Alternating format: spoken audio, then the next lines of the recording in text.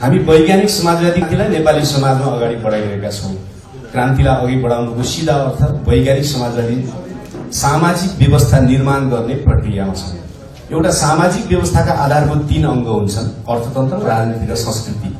यदि वैज्ञानिक समाजवादी समाज व्यवस्था निर्माणको प्रक्रियामा अगाडि बढ्ने हो भने वैज्ञानिक समाजवादी अर्थतन्त्र, वैज्ञानिक समाजवादी सत्ता र वैज्ञानिक समाजवादी संस्कृति निर्माणको प्रक्रिया आजैदेखि दृढतापूर्वक मात्रात्मक रूपमा निर्माण गर्न सुरु गर्नु अनिवार्य छ। आज मुख्य उत्पादक शक्तिको रूपमा विज्ञान प्रविधि उपस्थित भइसकेकाले प्रारम्भदेखि वैज्ञानिक समाजवादी अर्थतन्त्र, वैज्ञानिक समाजवादी सत्ता र वैज्ञानिक समाजवादी संस्कृति समग्रमा मात्रात्मक रूपमा वैज्ञानिक समाजवादी सामाजिक व्यवस्था निर्माण गर्दै क्रान्तिको पूर्णतातिर बढ्न सकिने वस्तुगत परिस्थिति हाम्रा अगाडि उपस्थित हुन पुगेको छ। हाम्रो पार्टी यही कार्यदिशा अनुरूप क्रियाशील रहेको सबैको अगाडि प्रष्टै छ। प्रारम्भदेखि वैज्ञानिक समाजवादी सामाजिक व्यवस्था मात्रात्मक रूपमा निर्माण गर्दै क्रान्ति सम्पन्न गर्न अघि बढ्दा वैज्ञानिक समाजवादी संस्कृति निर्माणको थालनी एक अनिवार्य शर्त बन्न पुग्दछ। पुरानो कम्युनिस्ट आन्दोलनले विक्रम सम्वतको 40 को दशकमा नै महान सर्वहारा सांस्कृतिक क्रान्तिलाई प्रारम्भदेखि क्रान्तिको अंग बनाउनु पर्ने सैद्धान्तिक निष्कर्ष निकाले पनि त्यो व्यवहारबद्ध आवधिक कार्ययोजनामा ढालिन सकेन। फलत राजनीतिक आन्दोलन तीव्र हुँदा सांस्कृतिक रूपान्तरणमा आशाका प्रशस्त किरणहरू देखा पर्ने, तर राजनीतिक आन्दोलन शिथिल वा असफलताको शिकार हुँदा सांस्कृतिक क्षेत्र विसङ्गत विकृतिहरूले भरिभरा हुने विडम्बना देखा पर्दै आयो। कम्युनिस्ट आन्दोलन संस्कृतिको मामलामा वैचारिक रूपमा अस्पष्ट अनि व्यवहारमा रूढिवाद, ढोंग र पाखण्डको शिकार समेत हुँदै आयो। कुरा सत्य हो भने उत्पादन सम्बन्धमा आधारभूत परिवर्तन नभएसम्म समग्रमा नयाँ संस्कृतिका आयामहरू पूर्ण रूपमा बन्न सम्भव हुन्न। तर सचेत प्रयत्न र मात्रात्मक रूपमा बदलिन थालेका उत्पादन सम्बन्धमा आधारित सम्मको सांस्कृतिक रूपान्तरण पनि गर्न सकिन्न भने चाहिँ त्यो क्रान्तिकारी विचारधारात्मक राजनीतिक कार्यदिशाकै समस्या बन्न पुग्दछ अथवा मान्नु पर्दछ।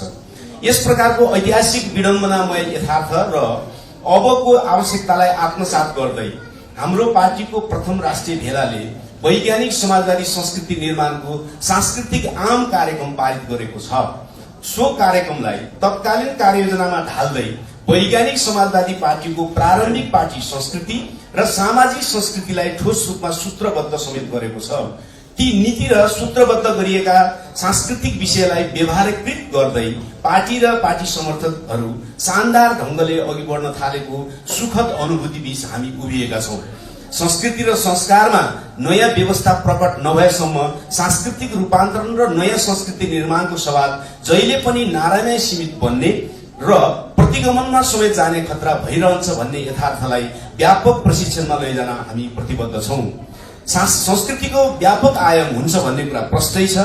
त्यसमध्ये चाडपर्व संस्कृतिको एउटा आयाम हो। चाडपर्वको महत्व मानव जीवनमा महत्वपूर्ण छ। चाडपर्वहरू मानव समाजमा स्वाभाविक र बलजफ्ती सुरु गरिएका इतिहासहरू छन्। जे जसरी सुरु हुनु पुगे पनि शोषक वर्गको राज्यले अधिकांश चाडपर्वलाई धर्मसँग लगेर जोडेको छ।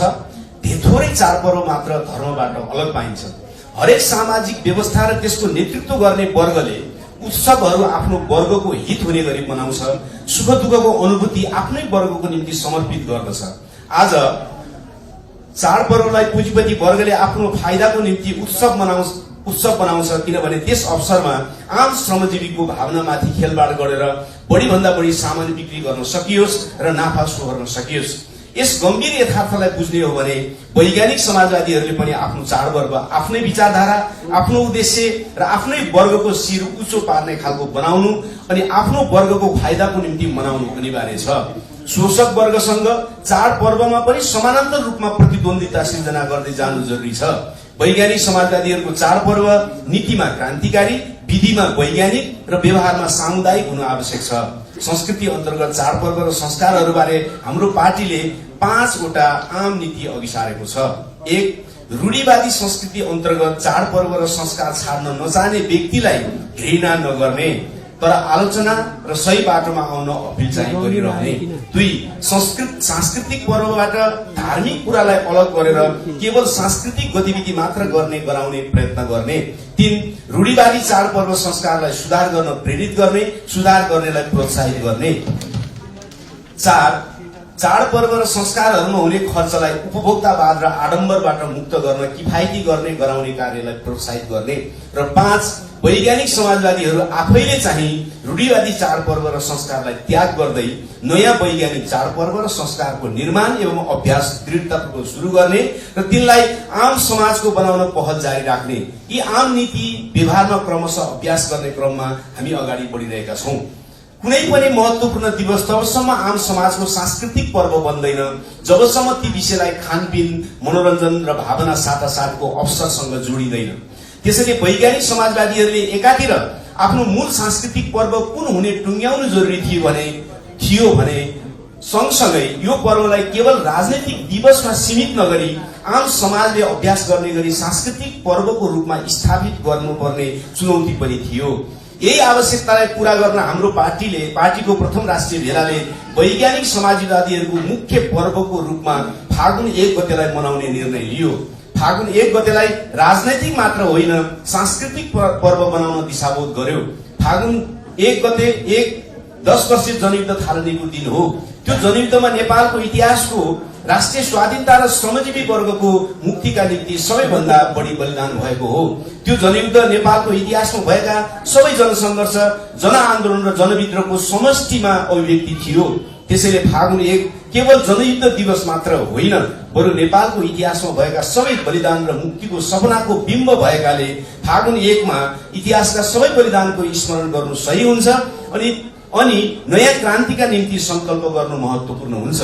तसर्थ फागुन 1 लाई जनयुद्ध दिवसको सीमित अर्थबाट माथि उठाएर इतिहासका सबै बलिदानको स्मरण र क्रान्तिको निम्ति संकल्प पर्वको रूपमा छोटोमा भन्दा संकल्प पर्वका रूपमा वैज्ञानिक समाजवादीहरूको मुख्य वार्षिक पर्वका रूपमा उल्लासका साथ मनाउने निर्णय हामीले लिएका हौं। संकल्प पर्वलाई राजनीतिक र सांस्कृतिक रूपमा मनाउन यो पर्व 2 दिनको हुनु सही हुन सक्दछ। माघ मसान्त फागुन 1 गते 2 दिन। माघ मसान्त अर्थात् यस वर्ष 29 गते बिहान प्रभात फेरी संकल्प पर्वको शुभकामना र्याली शुभकामना वर्षा वितरण वृक्षारोपण सरसफाई रक्तदान जनसेवा लगायतका राजनीतिक सामाजिक काम गर्ने दिउँसो आन्दोलनका वैचारिक र राजनीतिक विषयमा छलफल अन्तर्क्रिया र गोष्ठी इत्यादि गर्ने र अपराह्न सामूहिक भोजन गर्ने। सामूहिक भोजनमा सपरिवार सहभागी हुने। संकल्प पर्वको दोस्रो दिन अर्थात् फागुन 1 गते चाहिँ विशुद्ध पारिवारिक रूपमा सांस्कृतिक पर्वको रूपमा मनाउने। त्यस दिन परिवारका सदस्य आफन्तहरू साथी संगातीलाई आफ्नो अनुकूलता अनुसार पाहुना बोलाउने वा पाहुना बन्न जाने। मिठो मसिनो खाने मनोरञ्जन गर्ने भेटघाट गर्ने इत्यादि। आफू हुर्किएको समुदायको मुख्य पर्वलाई जति महत्त्व दिइन्थ्यो त्यति नै महत्त्व दिएर संकल्प पर्व मनाउने। जुनसुकै समुदायबाट आएको भए पनि वैज्ञानिक समाजवादीहरूले अबको आफ्नो मुख्य सांस्कृतिक पर्व बनाउने यसैलाई बनाउने र क्रमशः अरू रूढिवादी पर्वहरू छाड्दै जाने तिनबाट अलग हुँदै जाने। संकल्प पर्व नेपाली समाजको मुख्य सांस्कृतिक पर्व बन्नु पर्दछ। यसको निम्ति वैज्ञानिक समाजवादीहरूले पहल कदमी लिन सुरु गर्नु पर्दछ। वैज्ञानिक समाजवादका पक्षधर सबै राजनीतिक पार्टीहरू नागरिक समाजका अभियन्ताहरू र न्यायप्रेमी जनसमुदायले हाम्रो पार्टीले व्यवहारीकृत गर्दै अघि लैजान चाहेको यो पर्वको अवधारणा बारे आफ्नो स्थानमा गम्भीरतापूर्वक विमर्शमा लैजानु आवश्यक छ। त्यसका निम्ति हामी अपील पनि गर्दछौं। यो क्रमशः वैज्ञानिक समाजवादीहरू र सबै प्रकारका न्यायप्रेमीहरूको साझा सवाल बन्न सक्दछ। बन्नु सही हुन्छ। देशका विभिन्न स्थानमा बन्नु सही हुन्छ। देशका विभिन्न भागमा संकल्प पर्वको सहभोजमा उपस्थित मित्रहरूलाई स्वागत छ। श्रमिक वर्गको मुक्ति राष्ट्रिय स्वाधीन राष्ट्रको स्थापना र पीडित मानवताको मुक्तिका निम्ति क्रियाशील सम्पूर्ण नेपालीलाई संकल्प पर्वको हार्दिक शुभकामना। धन्यवाद।